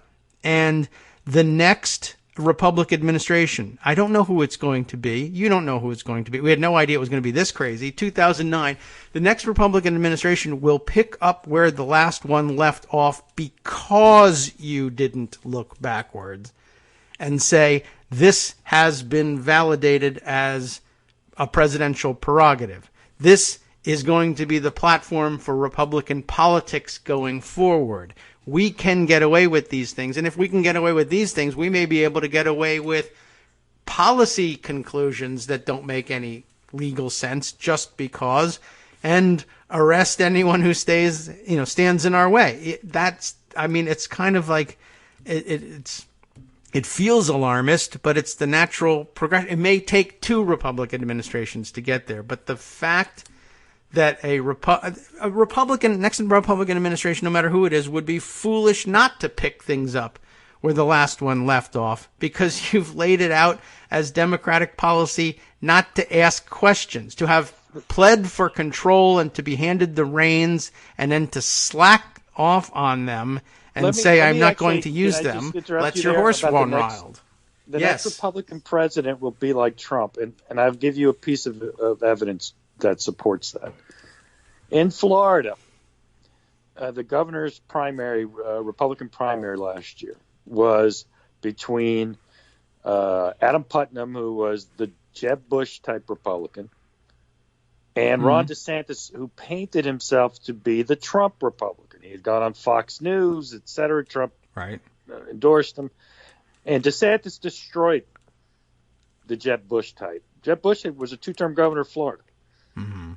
Putnam had all the Republican establishment behind him. DeSantis had Trump, and he won the primary by 30 points, the Republican primary. And then he squeaked by and won the election over Andrew Gill.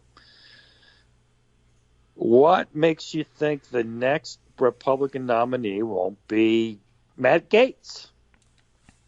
Maybe. I mean, why not? Well, you think Marco Rubio is going to beat Matt Gaetz? I don't. No, I guess that's not in Florida. I can't. Not in the Republican primaries. The next Republican president, if it's 2024, hopefully, at the earliest, or 2028, they're not going away. It's going to be, Trump owns that party. That's who they are. So when you say, well, they're going to just continue, of course they're going to continue. They're going to promise to continue. Now they know, Now they have data.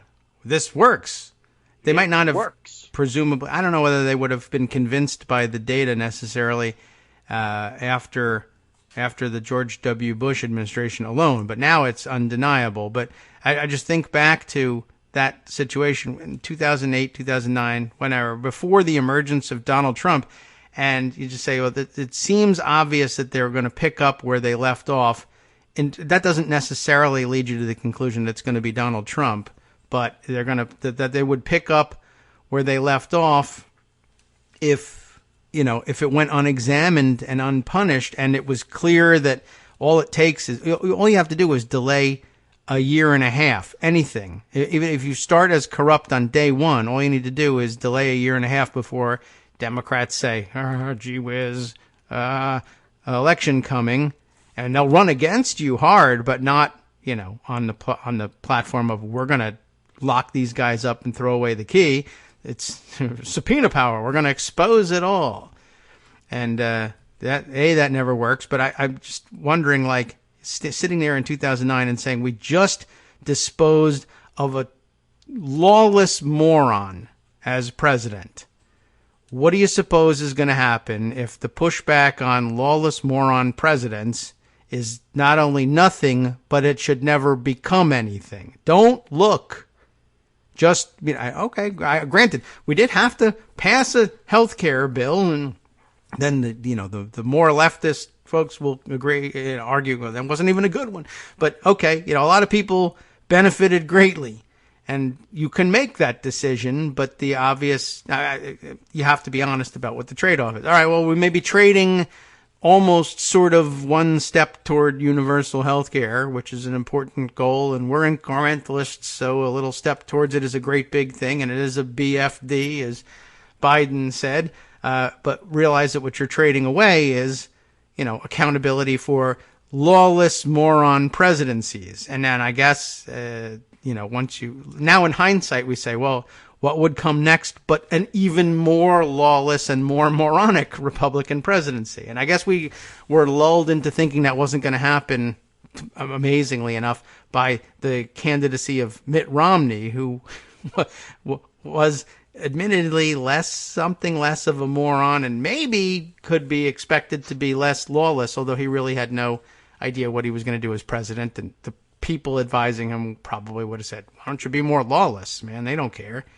And he could have been an incrementalist as a lawless moron, but instead they went whole hog and said, Donald Trump is next. And at this point, what if the progression is logarithmic and we don't know it, and Matt Gaetz is the next president? I don't know. And speaking of laying groundwork, the current president is already telling the press with no irony and not as a metaphor that the people who say that he's doing wrong are traitors. And Sarah Sanders has helpfully reminded us that that's punishable by death in this country. So, all right. Bill Barr will start arresting Let's people. do it at the elections. Be ready. Let's have a vote on whether or not they should be able to arrest us and execute us. Bill Barr will arrest whoever Trump tells him to arrest. Here, why not? Why not? Michael Musson, friend of the show, tweets at you and me that Nadler has now called on Mueller to testify by May 23rd. Oh, May 23rd, that important date. Or what? You'll send a letter? Yeah. Or May 24th is the answer. Or possibly the 25th. Yeah, man, June. Listen, June's a lot great for me. How about July? Yeah. Does Mueller need time to get ready? Because I heard he wrote a report.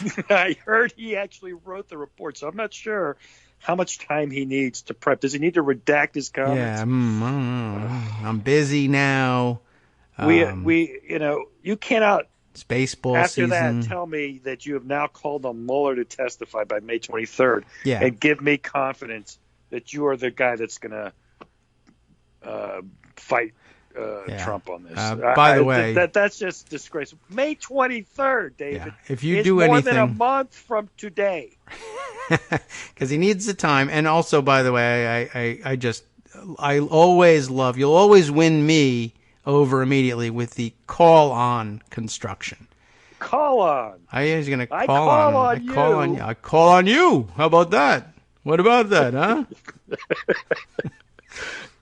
No callbacks. I got you. It's tag. You're it. I call on Trump to resign.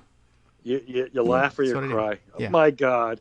I call on him to appear by May 23rd. You know what? If we're not all in jail by then, I'll show up. Look, we probably won't be. Trump is easily distracted, but I'll be interested to see what happens in between. Well, no, I won't. Who cares? I won't be interested to see what happens when Mueller testifies either. And May 23rd, I don't understand. I'd love to know how they come to that date. And nobody in the room said, Mr. Chairman, could we move it up a little bit? How about May 1st? It's still it's still 2 weeks away. May Day. How about on May Day? May Day. You have to testify. I'm busy that day. 23rd. What day of the week is it? I'm just curious. Like, I would. Really give me a second. bad day for me on Mondays. Friday at 5 p.m. Mondays are, my Bialy breakfast. Got a fundraiser on the 22nd. I'd say Tuesday. It's the day after Earth Day. Oh, okay. Well, So, in other words, it's routine. Not a Monday. I'm not coming back on Monday. Oh, no, I got it wrong. Kidding me? It's a Thursday. Sorry. Oh, well, Tuesday. Thursday, I'm going away for the weekend. Right. Yeah. Well, it's just going to take us all week to get ready. We're going to have to make Xerox copies of things. It's the Thursday before Memorial Day. Oh, Give me perfect. a break. Yeah, excellent. Okay, go. So, right before recess. So it'll work. It should work out pretty well, I think. May 23rd. That's good. It'll be almost. Maybe he's got graduations to speak at. We'll have your sternly worded letter to read over the Memorial Day weekend. Right. Yes. Okay, so he's got a vacation coming to him, and then on the 23rd he can say that, and then of course it's of Memorial Day and it's summer, and the pundits will say nobody pays attention till Labor Day, at which point, oh my God, it's there are midterm elections coming up in or there are off-year elections coming up in Virginia. Everybody be quiet. Don't say anything radical. That's right. No blackface. Well, not now. Not this year. And not this year. They have learned it. David, I don't know what to say that I can add to my screaming, except a couple of funny tidbits of how brazen a liar Barr is. Okay. He apparently said, I get this from Joe Lockhart, former Clinton press spokesman, that Barr said that before the release of the Starr report, the Clinton White House had gotten a chance to review the report. Mm-hmm. And apparently that's just a bald-faced lie, because David Kendall actually asked for that, and Ken Starr wrote him back saying no. Yeah, I thought I misunderstood the premise of the tweet, because I had seen earlier today that they asked for a 1 hour heads up and got a no. Got a no. But apparently Barr had said in the... Oh, it's a yes. It's a yes. Now, it turns out that at least this reporting, that Jay Sekulow and Rudy, presumably, and the Raskins, whoever they are. I know there are these people who've got some good PR people at Axios who always get written about by them. Oh, they were the secret weapon in the Trump legal team. Oh, it's like, what secret weapon? So secret, we don't know who they are. He didn't show up, and Mueller was afraid to. By the way, Mueller's not so great either in all of this. Let's the whole Mueller cult was a little nuts as well. Sure. But be that as it may, apparently Jay Sekulow and crew have had the report for 2 days. But someone says they've had it since March 29th, which doesn't make sense to me. I think they might have told them what was in the report verbally, but I think they handed the report over to them on Tuesday. Okay. So there you go. For 2 days, that's why it turned into presidential harassment and witch hunt and everything. And they said, we must have a press conference where you say no collusion. Right. That sounds like Trump, sure. And the president's personal attorney, the Attorney General of the United States, William Barr, said, sure, boss. What else? That. You want me to arrest anybody today? I'm ready to do it. Maybe. Oh, a nice letter from Nadler. Dear Mr. Mueller, I have already communicated to the Department of Justice. I request your testimony before the Judiciary Committee as soon as possible, but in any event, no later than May 23rd. I request. I look forward to working with you on a mutually agreeable date. I mean, there's no reason to threaten Mueller, I guess. It's just... All right, so here's the thing. Yeah. You don't write this letter. You call him, whoever he is, he's got They wrote this to the Department of Justice, Special Counsel, 950 Pennsylvania Avenue, Santa Northwest, Claus, Washington, D.C. County Courthouse. Right, yeah. Dear Mr. Mueller, copy William Barr, Attorney General. Yeah, that'll work out. Now that's the letter that's going to strike fear in everybody's heart, David. Yeah, stop the presses. I want this front page cleared for a blow up of this letter. Yeah, I mean the way to I understand what you're saying. I'm just saying that letter it's just annoying. Yeah, call him, ask him. Look, we obviously need your testimony. How soon can you be here? He says next Thursday. Then you release a letter saying, Mr. Attorney General, whatever, I want him, the guy, to be here next week. And so fine, and it's announced. Yeah, we got it. And the bar will do what you just said. No. Yeah, and I'm not going to let him testify. Then you have that argument then. But I don't understand. I don't know what it is that makes him think that the letter is the thing. Another letter. Yeah. The letter, I don't know what it is. I guess that's part of, we were talking earlier with Greg about the DNA of the press. This is how they want to handle things. And I guess that's how Congress likes to handle things. Letters. We got to have a letter. The press won't write anything unless we have a letter. I love letters. I tell you, letters. What are you talking about? Why you can't call them and say, we got to have your testimony and it's got to be as soon as possible, and work it out between you. And then the big announcement instead of the letter is posting on the Judiciary Committee website that next Thursday Mueller's testifying, and take a screen grab of that and send that around. Why is that not more interesting than the letter? Or even better, Robert Mueller has agreed to be available for testimony on X date, subject to approval by the Attorney General, William Barr. Right. In which case William Barr says, well, I don't approve. Right. But at least you got Mueller agreeing, so it's... Yeah, what's the point of releasing a letter asking the guy who's ostensibly willing to cooperate whether he'll cooperate within the next month and a half? The answer is yes. Barr says no, but he won't say no until the last possible minute. Then you'll fight about that. Or maybe they anticipate he'll say no early, and they'll be able to hash it out before the 23rd, which is easily defeated. Here's what I'd like to say. Barr just says no on the 22nd. Yeah. Here's what I would love. I would love for someone in Congress who gets the report. I'm not there. Yeah. To just leak it immediately. I ask unanimous consent that this be entered into the record. Can you do that? Can they? Because obviously there's speech and debate clause immunity. Can they just say. Can they do a Gravel? That is, I mean, I don't know. What can you? Unanswered question, I suppose. But Bill Barr will not if it's treason. They can't. I don't know. So, I know Bill Barr will prosecute you. So that it will take a brave man. Mm-hmm. But